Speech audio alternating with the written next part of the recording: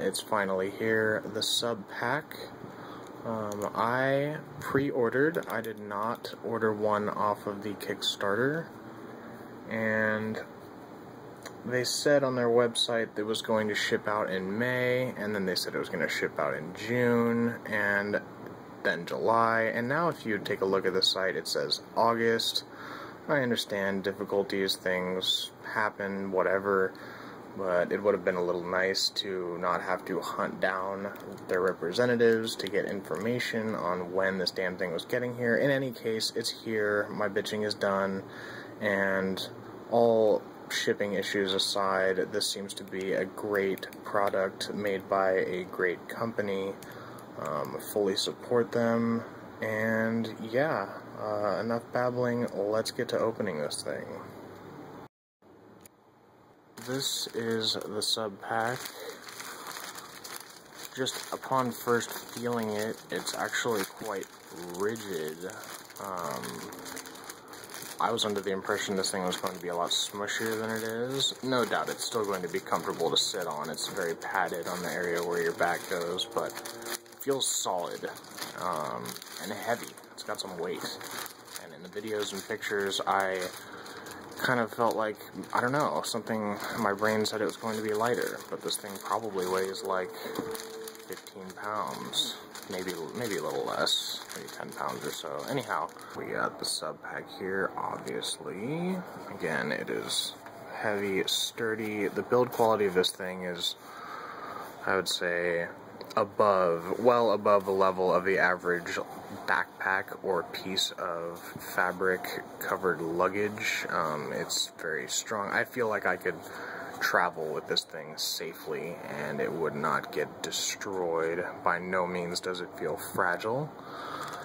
There are two cables coming out of it. This bottom cable here is the connector to the power supply, which I'll get to in a second, and this cable or strap, which is basically has cables inside of it, connects to the interface.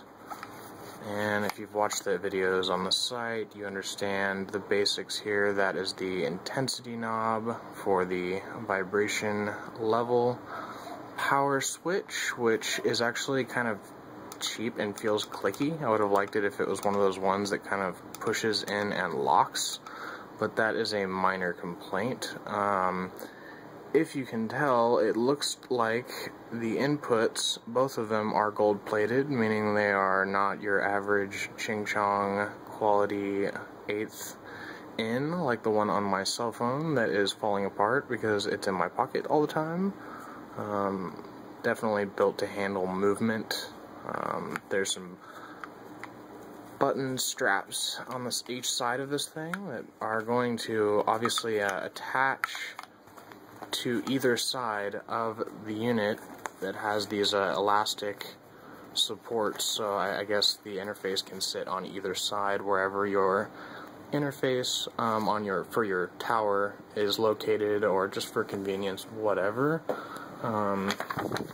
The safeguards, I'm not really going to read through this, basic stuff. I'll hold this here for a second in case anyone does want to read through it. And looks like it comes with a 1-year manufacturer's warranty, and yeah, it looks like they're good on RMAs. So if something does happen with this thing, and I said something earlier about the shipping or me having to hunt down their associates. Yes, I did have to do a bit of legwork online. However, the people were extremely helpful, friendly, straightforward. I never encountered any rudeness, very professional. And these are the instructions for use. I'm not going to go through installation because if you've purchased one of these things, you probably know what you're doing in regards to how to plug it into your computer. So I'm basically just going to skip from this shot here to a shot of it already installed on my computer desk. This is the power supply. It has an adapter on the back, and it comes with different plugs for each region of the world. I live in the United States in California.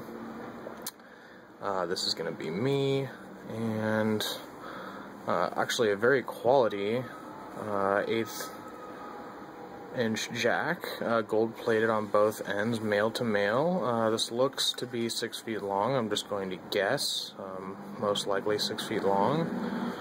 And yeah, let's get to installation. So now we can see I've got the SubPac chilling on my computer chair. It's got, honestly, multiple cables coming out of it, which, in my honest opinion, kind of blows. I mean, obviously something like this isn't going to be wireless in this day and age, but I'm going to have to do some moving of my computer tower, and just really all my shit's going to have to move over to the right, because my bedroom door is to my left, so I don't have to battle my way through fucking hella cables just to get out of my room. In any case, getting to technicals here, we've got my headphones going into the headphone jack, which are a pair of Bear Dynamic DT880 Pros. These headphones are fucking tits. I would recommend them to anyone trying to make music or just enjoy a clinical, clean, flat listening experience on headphones. They're wonderful. And the second plug is the line in, which is running to the headphone jack on my Focusrite interface. Just a note, I realized, or failed to realize, should I say, that the unit was turned on and I was touching the line in, well, its line in, into my headphone jack here, and just contacting the pin to this adapter here, connected it and started sending a lot of feedback to the unit. So for a split second, I think it was actually vibrating at its full intensity, and it was very intense. Like loud, audible vibration. I felt it with my hand, and I was like, holy shit, you know, yanked the plug out. Obviously, the thing's turned on already, so I guess beware of that. Something else I also noticed while plugging this in is this line-in cable is made by this company called Digiflex. I don't know the reputation of this company at all. I've never seen this brand before, but the cable's sturdy, definitely, gold-plated, quality, not crappy. I have yet to sit down and actually use it. I was doing this video because no one has made one yet. Curse you fucking Kickstarter owners for not making a video and making me do it before I even use my SubPac. Yeah, focus, hello. Anyhow, yeah, it would have been really nice to have a video like this to look at prior to buying this thing. That's all I wanted, was just a video of some average dude unboxing and connecting this thing to his home setup and giving his opinions. And yeah, I've had to wait until I made it myself. So all you people who've had this for months and have not made a video review, you suck. And yeah, I'm gonna stop now, sit down, figure out what intensity level is a little bit too much, and hop off and try to shoot a little video so you can actually see what it's like when it's going on maybe a level that's a little bit too loud for enjoyment, or too intense for enjoyment, should I say. The best cars. They like to listen to the best music. So wherever there's a DJ that is... So yeah, the Rude Boys... this thing's fucking sick. And I mean, yeah, I probably sound like a total bro saying that, but you know what? It's legitimate. Right away I can say that the intensity knob only needs to be turned up maybe to 25%. Yeah, intensity. I mean, any more than that and it starts feeling a little bit overdone. Almost like, not to say that it's clipping, but that it doesn't feel as tight. And if you've been in a car, like my buddy, he's got two 12s running into a massive amp, and being in his car makes me feel like my head is going to explode. That's overkill, and his shit's not bolted down correctly, so it's ghetto, but the feeling of the vibrations of the car seat on your back are very similar to what I'm feeling right now. This is actually superior as far as accuracy goes, and of course Batman VIP just sounds super fat, you know, that's just to be expected. Anyhow, yeah, highly recommend this product. It's a bit expensive. It's definitely a bit expensive. At $375 before tax or shipping for some countries, I would say it's actually a bit overpriced. For what it does, I mean, this is an outstanding tool. I bought it as a replacement for a subwoofer because I live in a tiny little apartment, and I literally can't have a fat 14-inch subwoofer sitting on my floor shaking the beer mug off my neighbor's table because, yeah, I'm a nice person and I just don't want to do that to everyone around me, as well as my roommate, who is a graphic designer and is constantly home. He's a super cool guy and I don't want to bother him. So if you're trying to not bother your neighbors, I mean, you probably read articles or reviews on this, and it mentions the fact that, you know, it is essentially a solution for someone who's not trying to annoy the shit out of everyone around them with sub. I'm about to crack open this delicious beer right here from Coronado Brewing Company, which is located right on the other side of that blue bridge off in the distance. Why? Because I live in beautiful San Diego, and I'm going to drink a little bit of the beer, and then I'm going to hop off of this glorious vibrating pad behind me and turn the intensity up for you guys so you can actually hear what it sounds like or how much actual audio it's putting off as a result of its performance. I am going to play the song Responsibility by Youngsta and LX1. It was just released on Tempa earlier this year. This song hits extremely fucking hard. I'm just going to turn it up way too loud on the SubPac. I can't hear the drums or the upper mid-range frequencies of the synthesizer, but I can hear part of the low-end part of the song through this thing. And that actually surprised me. I was kind of under the impression it was going to be more silent, which is not an issue, but it is surprising.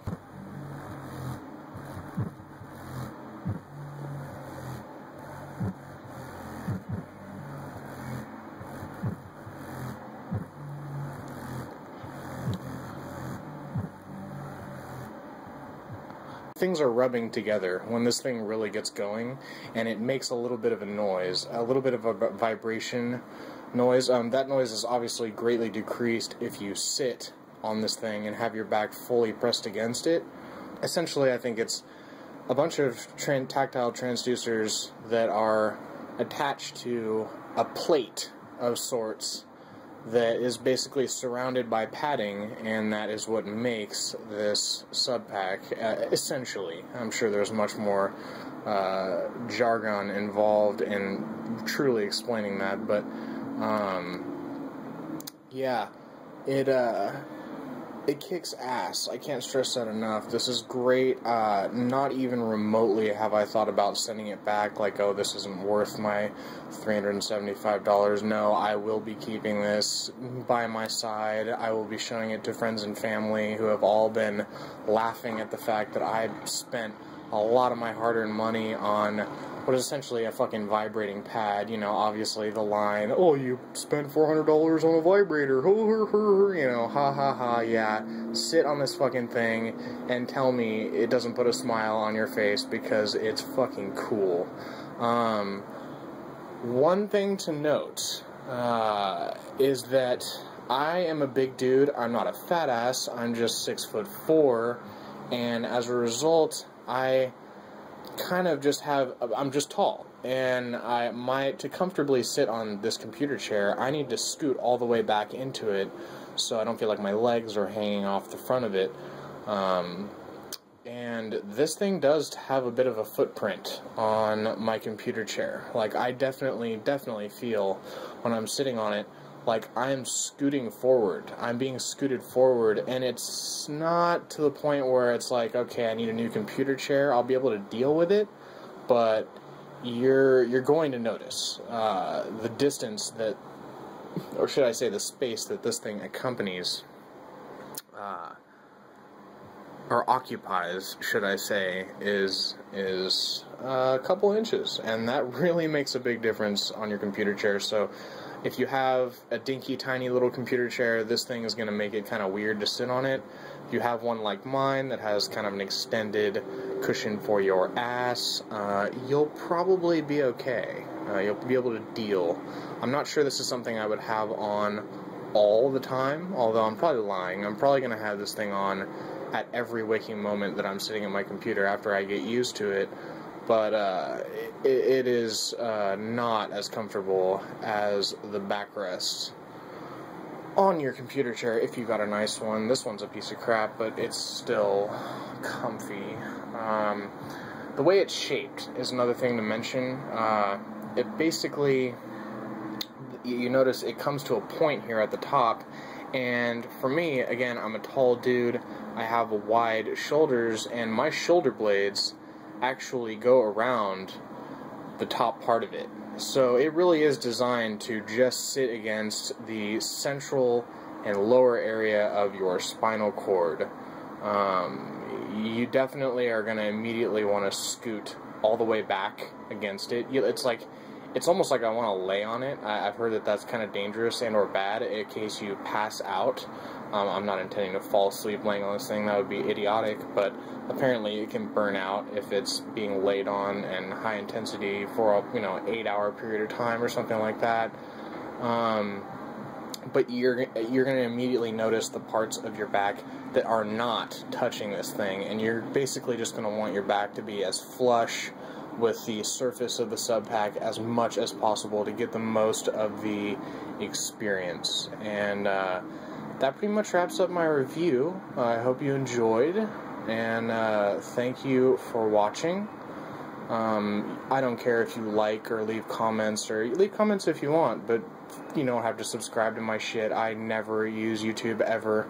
I just felt the need to make this video to inform people who are interested in buying this product and want more than what is shown in the I would say informative but also very promotional videos that the Studio Feed and or SubPac team have released so far. So yeah, take it easy.